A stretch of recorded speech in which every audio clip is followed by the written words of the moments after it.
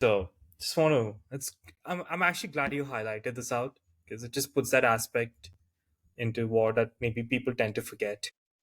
Yeah, the for those who don't know, obviously for a lot of these podcasts, we it's not that we it's not fully scripted, but I'm using notes from previous work.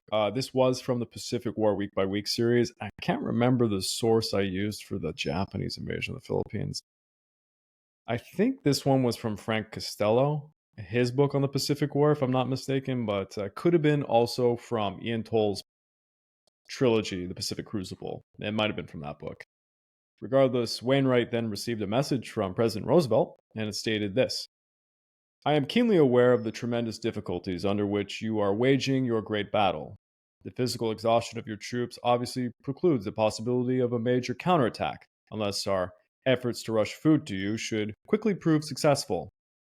Because of the state over which your forces have no control, I am modifying my orders to you.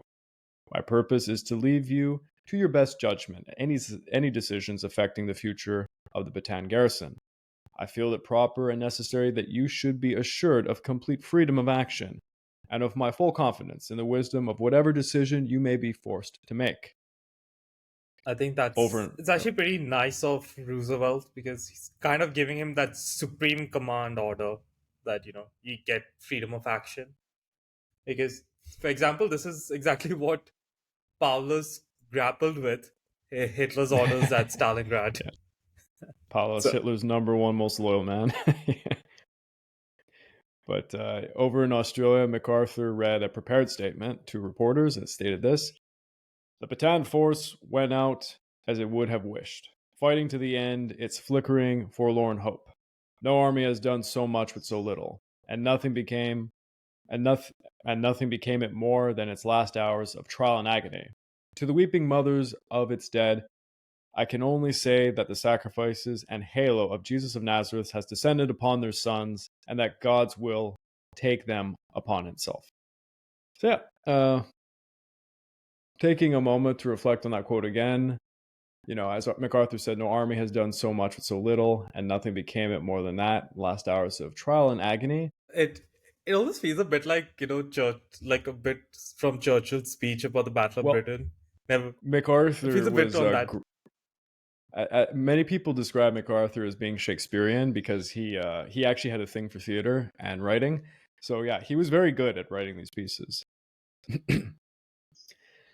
So yeah, you have to think about it. MacArthur is actually a large reason why, it's like his last disastrous orders is what's causing a lot of this hardship in the end. It's a little gross that he's making these grand speeches, but whatever.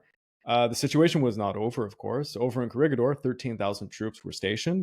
Its defenses were considered impregnable. However, a lack of water and food meant the defenders were on their last legs. Intense artillery and aerial bombardment were degrading their morale. Submarines that once delivered food, mail, and war supplies could no longer do so. The garrison was doomed by dwindling supplies, and it could no longer, hold on much longer, for that matter. When Homa began planning for the final end of Bataan, he estimated he would be capturing around 25,000 prisoners.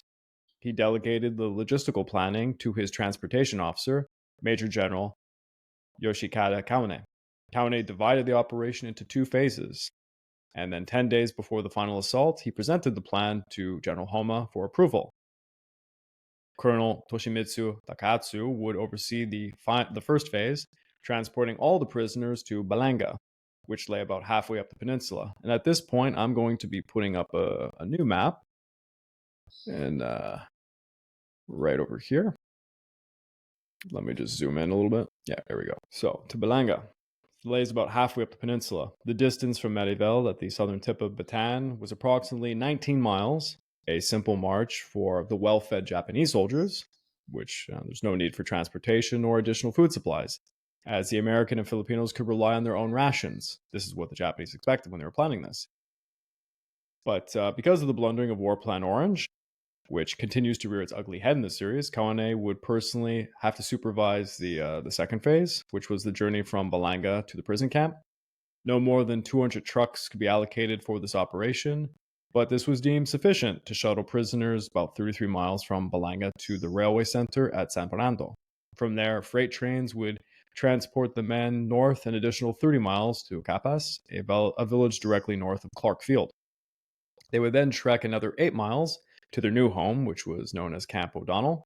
County assured Homa that the Allied prisoners would receive the same rations as Japanese troops, and that the field hospitals would be set up at Balanga and San Fernando, along with other multiple medical units and aid stations and resting places every few miles to help the men out. But This while sounds this so was nice. it's a well thought and genuinely nice plan. Homa approved it, of course. Looking at it, this is what was sold to him. But there was a major problem. And let's also just admit that Hama was actually pretty nice for a Japanese commander. Yes, he was known as the drama general Poet. because he liked theater and stuff. I thought it was poet. Poet, sorry, the poet general. Poetic general. Yeah. He was another man who was educated outside of Japan. He got to see the West. He was a softie, as I said in one of the episodes. I like to compare him with General Yamashita, who had a good understanding of Europe for that matter. And there's of course other famous Japanese generals who go to the West.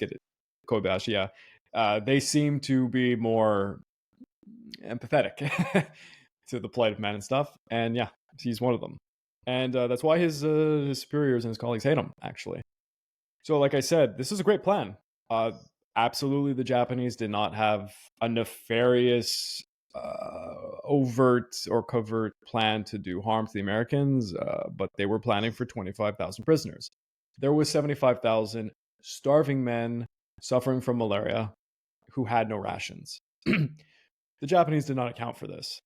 So at Mariveles, groups of about 300 prisoners began walking up the road. Some had no guards, while others were escorted by, as many as 4. The prisoners passed King's former HQ, where a side road led to a military hospital. A rumor began to circulate that within the hospital, the Japanese were liberating all the Filipinos. The chief of surgery rushed from ward to ward, shouting to the Filipinos that it was nothing more than a hoax, however. The Japanese guards, eager to rid themselves of responsibilities, encouraged patients to join the lines of prisoners marching along. Caught up in the mass hysteria, about 5,000 men scrambled out, onto the dusty trail, including amputees, individuals on crutches, and those with open wounds. The ditches along the roads brimmed with their dead as they marched. Meanwhile, the men marching from Mariveles continued up the coast to Bataan. As the prisoners moved northward, heavy Japanese equipment streamed south in preparations for the assault on Corregidor. Japanese infantrymen taunted the prisoners, knocking off their hats and helmets with long bamboo poles. Occasionally, a Japanese soldier would actually intervene to stop the behavior and apologize to the captives. At one point, a Japanese officer rushed up to an American tank commander and embraced him because they had been classmates at UCLA. So again, there are Russell Japanese Westbrook's alma mater. Mm-hmm. Yeah. However, there was no consistency in the Japanese soldiers' actions. A truckload of troops might toss down canteens to help the prisoners, while another would, take liberated golf clubs that they'd stolen somewhere and beat them over the heads with them. The brutalities of the first day were spontaneous, but they would soon change. Notorious Colonel Masanobu Tsoichi arrived in Manila several days earlier from Singapore. Colonel Suji. Yeah. Where, he had just come back from Singapore, where he had orchestrated the Sukching massacre that was about 5,000 Chinese had been murdered in. We were talking about this in another episode. Allegedly, without Homa's knowledge, probably without Homa's knowledge given Soichi and how he did things, he persuaded several admirers amongst the general staff that this was a racial war and that all the prisoners in the Philippines should be simply executed. The Americans for being nothing more than white colonists, and the Filipinos for betraying their fellow Asian race. This prompted division amongst the officers, and one of them contacted Colonel Lemay, who had just conquered Mount Lemay, and instructed him with this order: